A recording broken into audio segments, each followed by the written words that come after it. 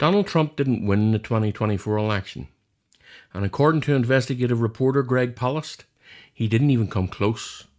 Palast argues that Trump only got back into the White House through the same method he's relied on his entire life: cheating. Now, tonight we're breaking down Palast's findings, Trump's own statements, and the suppression machinery that flipped the election before a single ballot was counted. Because once you see what actually happened, you'll understand why Trump said out loud, "We don't need your votes." Now, I'm trying to hit 5,000 subscribers by year's end. Now, I'm aware that's fairly optimistic, but sure, with your help, anything is possible. So if you would please leave a like and subscribe to help keep the channel going. Now, Greg Palast opens his report with a line that hits like a hammer.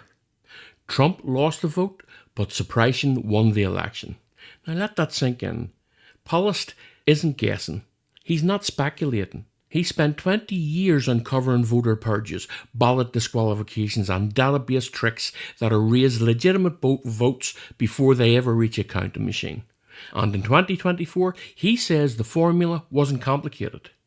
The GOP plan was simple.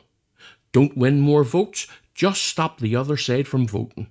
Now, that's not democracy, that's engineered victory, and Trump knew it. During the campaign, Trump literally told crowds, "We don't need your votes." That was never a joke, that was the strategy.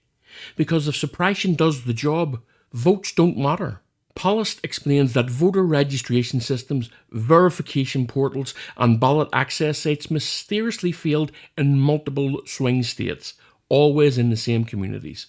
Not randomly, not evenly, but in heavily Democratic, heavily Black, and heavily Hispanic districts. Palast writes, "These are not accidents. These are predictable failures that always fall on the same voters." In 2024, 1 in 5 mail ballots in Black majority districts were rejected or flagged. 1 in 5, that's 20%. Urban polling places reported system outages that lasted for hours. Tens of thousands of voters showed up only to be told they were not on the roll. Sound familiar? Well, it should. These are the exact same patterns Palast exposed in Georgia, Florida, Wisconsin, and Michigan for the last 2 decades. It's the same machinery, upgraded, scaled, and targeted. And then Trump drops this: "We don't need your votes." Of course he said that. When you're removing your opponent's voters, you don't need more of your own. You just need fewer of theirs. But here's the part that should disturb everyone. On election night, Trump specifically thanked Elon Musk for what he called technical help and praised his computer expertise. What technical help? For what system? For what purpose? Palast suggests this wasn't random at all. In states where the biggest election failures occurred, the people overseeing digital infrastructure were in the same political orbit as Musk and Trump donors. And Palast points out that in 2024, the greatest threat wasn't voter fraud, it was voter removal. He writes, "America doesn't have an election problem. America has a vote counting problem. And in 2024, the problem wasn't the count. It was the people erased before the count even began." So let's zoom out here for a moment. Does this fit Trump's character? Absolutely it does. In 2016, Trump won because of the cross-check purge system. In 2020, he lost because the states shut that system down. And in 2024, according to Palast, Republicans rolled out an entirely new version, and Trump benefited from it exactly as intended.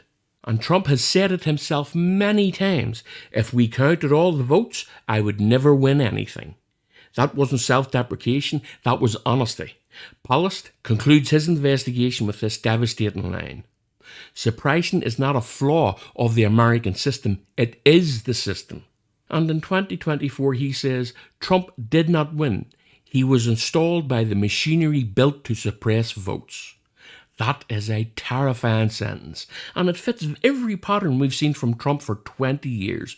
Over-budget casinos, failed businesses, bankrupt projects, and now a presidency propped up by subtraction, not addition. The next time you hear Trump boast about his big win, remember what Palast uncovered. Trump didn't win the vote, suppression won. And the man who benefited the most is the one who told us in advance, we don't need your votes.